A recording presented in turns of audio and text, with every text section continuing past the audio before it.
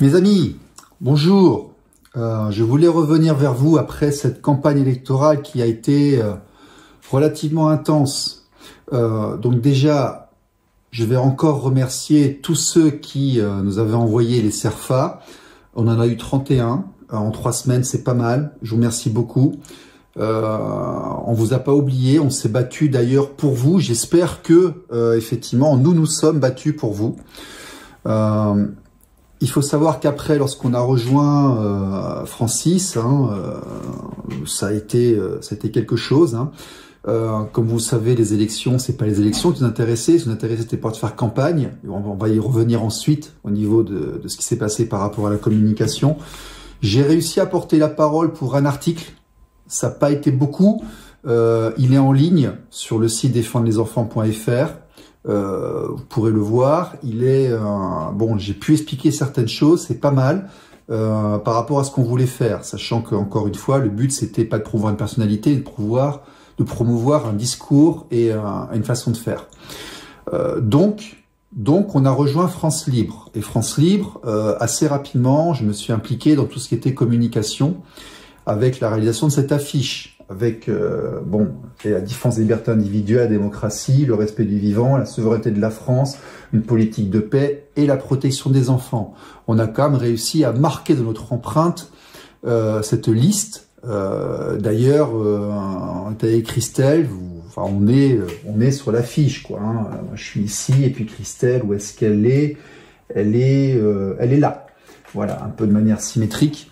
Donc on a quand même réussi à marquer la campagne. On est aussi sur le bulletin de vote. La prochaine fois on mettra pas de bande noire, voilà, mais avec Christelle, on est présent.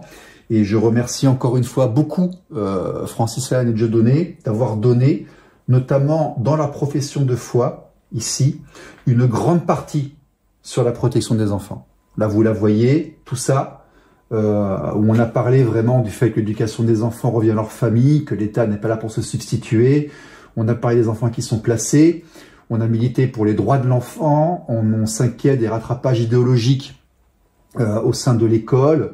On milite effectivement pour que les services sociaux soient présents pour renforcer les familles.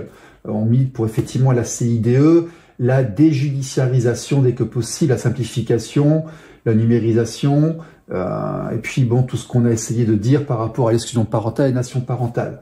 Donc, vous voyez, dans la profession de foi de France Libre, dans ce qui était porté par France Libre, on voit bien que, y compris dans la version FALC, parce qu'on a fait une version facile à lire, au niveau de la protection des enfants, l'éducation des enfants revient à leur famille, l'État ne doit pas s'y substituer, sauf qu'à grave éprouvé, un enfant doit grandir avec ses parents, et nous militons pour les droits de l'enfant, et pour voilà, donc défense du droit parental.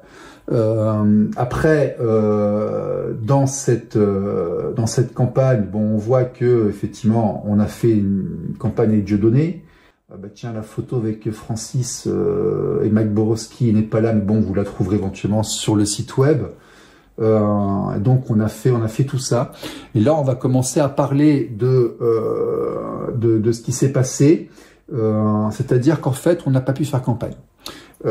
Très clairement, pour des raisons que j'ai encore du mal à comprendre, France Libre, la chaîne YouTube a sauté la semaine avant les élections et on n'a eu aucun temps de parole. Même Francis Lalanne, qui est quand même une personnalité locale, il y avait quand même, c'était un rassemblement de plusieurs listes, France Libre, il y avait beaucoup de citoyens, on a eu 0 dans les médias. Et pire que ça, absolument pire que ça, des clips de campagne n'ont pas été diffusés. C'est-à-dire que l'Arcom a validé des clips de campagne, bon, qui étaient un petit peu excentriques, qui étaient un petit peu différents, on va dire, mais bon, on peut le prendre de manière rigolote, et on aurait quand même pu s'exprimer et porter des discours. Et en faisant ça, je voulais aussi m'adresser, moi, à la partie qui, normalement, est un petit peu anti-système et qui est exclue aussi souvent du discours démocratique. On s'est rendu compte que les petites listes n'ont pas pu s'exprimer. D'ailleurs, nous avons porté plainte 2 fois à l'Arcom. Alors voilà. Ce qui s'est passé, c'est que on a porté plainte 2 fois à l'Arcom et l'Arcom nous a donné raison. L'Arcom a dit qu'il n'était pas normal, effectivement, que les clips de campagne n'étaient diffusés que sur la moitié des médias où c'était prévu. Donc il y a des gens, des organismes publics qui étaient censés diffuser nos clips de campagne qui ne l'ont pas fait. Et à la suite de ça, il y a eu un référé au niveau du tribunal de Paris. Le tribunal de Paris, le juge là, de la cour d'appel de Paris, a répondu que ouais, mais la campagne, en fait, elle est quasiment terminée. On est le 5, là, elle se termine le 7, et donc c'est trop tard. Donc on lui a dit, ouais, mais vous savez, la campagne, pour dire qu'elle n'est pas juste, on peut pas le savoir au début, on peut le savoir qu'à la fin. Et elle a dit, ouais, c'est trop tard. Donc on est allé au Conseil d'État. Posé au Conseil d'État, on a mis 3 points en avant. 3 points en avant, ils en ont cité qu'un seul, ils ont répondu qu'à un seul, ils ont balayé, ils ont dit circuler, il n'y a rien à voir. Donc, on a fait une requête auprès de la Commission européenne pour dire que la campagne électorale n'avait pas été loyale, que les temps de parole n'avaient pas été respectés, que 98% du temps de parole a été fait pour la liste présidentielle et celle du Rassemblement national, que l'ensemble des petites listes qui, finalement, font quand même 12%, les petites listes, hein, ça représente potentiellement, ça représente une dizaine de sièges, quoi, hein, faut quand même pas déconner, quoi, hein, 12% de 81, on est à 8-9 sièges, voilà, c'est pas possible de dire que ces gens-là n'ont aucun temps de parole, n'ont pas pu s'exprimer, c'est pareil pour nous et c'est pareil pour les autres. À part, moi j'ai quand même envoyé 2500 emails hein, à tous les médias et autres pour essayer de dire voilà ce qu'on portait, ce qu'on voulait dire. On a eu quelques articles de presse locale, c'est-à-dire des gens de presse locale. On a été cités parfois par quelques médias nationaux, mais on n'a pas eu d'interview, on n'a pas eu de temps de parole. La tête de liste n'a même pas pu être présente. Puis il n'y a pas que nous, hein. Ça franchement, c'est pareil. Moi j'estime absolument anormal que même les listes concurrentes n'aient pas pu... Je pense que c'est à notre action, le débat du mercredi soir avec Asselineau et les autres, qui a été la seule fois où ils ont été interviewés, a eu lieu. Mais bon, il y a quand même un très grand scandale démocratique. En période électorale, les listes un peu excentriques, un peu ésotériques, un peu différentes, normalement, sont censées pouvoir porter une parole et faire transparaître une parole qu'on n'a pas l'habitude d'entendre. Et là, ça n'a pas été possible. Et donc, il y a des recours qui ont été posés. Qui vont se faire. D'ailleurs, nous, on saisit encore une petite procédure en cours vendredi prochain par rapport à toutes les fraudes aux élections, parce qu'il y a quand même beaucoup de bureaux de vote. On avait déposé les bulletins n'étaient pas présents. Bon, voilà. Après, ça, c'est le côté politicien que j'aime pas forcément. Après, je sais pas si vous voyez, mais on est quand même très fatigué. On est tous quand même extrêmement fatigués. On s'est beaucoup battu. Moi, j'ai pris en charge la communication avec Francis et les autres pour essayer de les aider, de faire en sorte que ce soit propre, présentable. Alix, j'en profite pour faire un grand coucou à Alix, la webmaster qu'on voit, qui est venue ici, là, avec Diodo, qui est là-bas, qui a fait un boulot formidable. Et puis, je m'étais dit, quand il y a des personnes médiatiques comme ça, on pourrait faire porter ce message de défendre les enfants. Défendre les enfants. On va... Avant d'aller sur l'interprétation politique de ce qui s'est passé et des conséquences qui se passera après, je voudrais reparler de la scission avec défendre les enfants. Défendre les enfants, si vous voulez, j'ai fait un dépôt à l'INPI par rapport à ce logo. Ce logo, donc j'estime avoir participé à la création parce que nous étions ensemble lorsqu'il a été élaboré, parce qu'il y a eu plusieurs tentatives qui ont été faites, et à un moment donné, lorsqu'on l'a figé, je me souviens très bien avoir dit, nous utilisons celui-là, et je me souviens très très bien avoir participé à la phase de créativité. Et donc mon dépôt à l'INPI a été accepté, je leur ai expliqué, l'image et les couleurs sont déposées à l'INPI, j'en ai l'usage pour 10 ans, et je le revendique aujourd'hui parce que j'ai l'intention de continuer effectivement cette lutte qui a été faite, et pour des raisons que je vais continuer d'expliquer plus tard après, j'estime que la parole a été extrêmement mal portée par les gens à qui j'ai accordé l'autorisation de le faire. Je ne les ai pas embêtés durant la campagne, contrairement à ce qui nous est revenu, à ce qui a été reçu, aux démarches qui ont été faites auprès de Monsieur Francis Lalanne ou auprès de l'hébergeur qui très clairement était là pour nuire, pour essayer vraiment de nous nuire. Moi, j'ai pas fait ces choses-là du tout. Et maintenant, par contre, je cesse l'autorisation d'utilisation et je demande à récupérer avec une astreinte par jour d'utilisation. Parce que défendre les enfants, c'est quand même une honte absolue. Ils ont fait 5200 voix. C'est-à-dire qu'ils ont mis ensemble les gens qui se battaient depuis des années, absolument des années, sur des problématiques qui sont extrêmement graves, d'exclusion parentale, de mauvaise gestion des divorces. Quand on a rédigé le document ensemble à l'époque, on a vraiment dit que toute la population était concernée. Et leur campagne a été absolument lamentable. Elle a été inexistante. Voilà ce que c'est que d'être sectaire, de refuser de s'adresser aux gens. À partir du moment où j'en suis parti, la communication sur les lettres, ça a été nul. Qu'est-ce qu'on a vu? On a vu des gens qui faisaient un peu de voyance, on a vu des cas particuliers, mais c'était tellement le souk que j'ai pu amener aucune des célébrités que j'avais avec moi. Enfin, les gens se mettaient à une distance raisonnable de ça en disant surtout ne soyons pas associés à cette espèce de boxon. Administrativement, ils ont été complètement nuls. Au niveau argent, ils n'ont pas été foutus de faire une cagnotte. Il y a des inconnus qui se sont pointés, qui se sont mis à apparaître sur les affiches, Wikipédia et les autres, on n'en avait jamais entendu parler. Voilà, alors que il y avait toutes les associations majeures du pays, il y avait tous les gens qui avaient lutté depuis un pays, depuis des années et des années. Et qu'est-ce qu'on a à l'arrivée? Ah oui, à l'arrivée, on va pouvoir dire qu'une asso, ça fait des choses, on va pouvoir dire que des gens se sont mis en avant, on va pouvoir dire que ça a marqué l'histoire. Mais 5200 voix, les gars, mais c'est lamentable, c'est la honte. C'est la honte totale. Ce sont les 2500 membres du groupe et leurs familles. Mais comment vous voulez qu'on ait la moindre crédibilité lorsqu'on a réussi à rassembler que 5200 voix? Parce que les gens, en fait, se sont mis uniquement à faire la promotion de leur propre personne, à se mettre en avant, à s'y croire. Moi, j'ai entendu des gens qui ont dit, mais ouais, mais quand on sera élu, ils pensaient vraiment qu'ils allaient se faire élire. Mais on est à 0 et epsilon, là. Mais comment vous voulez après qu'on aille ensuite négocier des lois? Comment vous voulez ensuite qu'on aille demander tel ou tel thème alors que vous avez fait un truc aussi lamentable? Mais franchement, mais vous êtes la honte du mouvement. Ce que vous avez fait, mais c'est honteux. C'est honteux. Voilà. Donc à partir de maintenant, le logo là et tout, vous arrêtez de l'utiliser parce que c'est absolument honteux. Voilà. Cette chose, la façon dont ça a été faite. Voilà, j'ai même pas les mots. J'ai même pas les mots. Voilà, j'ai même pas les mots. Vous avez exclu les gens pour les remplacer par des inconnus qui étaient absolument illettrés. Là, ben voilà le résultat. C'est 5200 voix et des années de lobbying et de mise en pratique qui ont été foirées par des personnes qui ont voulu mettre leur intérêt personnel en avant. Bravo, franchement, félicitations. Nous sommes tous béats d'admiration devant le succès de ces espèces de politicards de merde. Passons. Bon.